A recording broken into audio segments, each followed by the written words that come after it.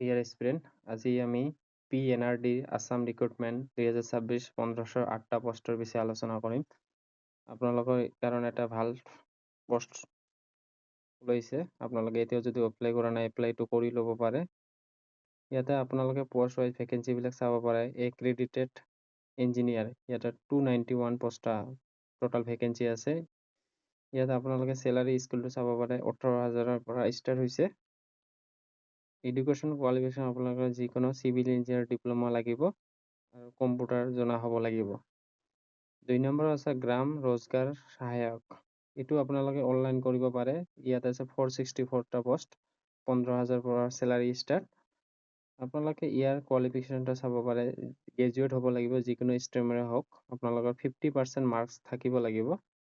লগতে যি computer knowledge থাকিব লাগিব 6 মান্থছৰ চাৰ্টিফিকেট এখন থাকিব লাগিব। তাৰপিছত 3 নম্বৰত পোষ্ট দিয়া আছে কম্পিউটাৰ এছিষ্টেণ্ট। এইটো এপ্লাই কৰিলে আপোনালোকৰ 291টা পোষ্ট আছে। ইয়াতে 15,000 চেম চেলাৰী, স্কিলটো চাব পাৰে। ইয়াতে গ্ৰেজুৱেশ্যন লাগিব আৰু লগতে 50% মাৰ্কছ আৰু কম্পিউটাৰ নলেজ থাকিব লাগিব।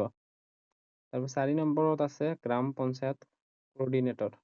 ইয়াতে 462টা পোষ্ট আছে, 15,000 চেলাৰী আৰু ইয়াতো চেম গ্ৰেজুৱেট এণ্ড 6 মান্থছৰ এটা ডিপ্ল'মা কম্পিউটাৰত থাকিব লাগিব।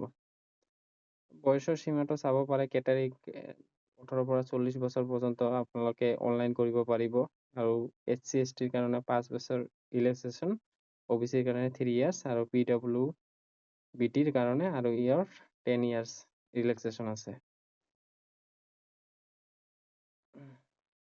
চিটিজেনশ্বিপ আপোনালোকে ইণ্ডিয়াৰ হ'ব লাগিব, ইণ্ডিয়াৰ বাসিন্দা হ'ব লাগিব। চাব পাৰে ডকুমেণ্টছবিলাক কি কি লাগিব।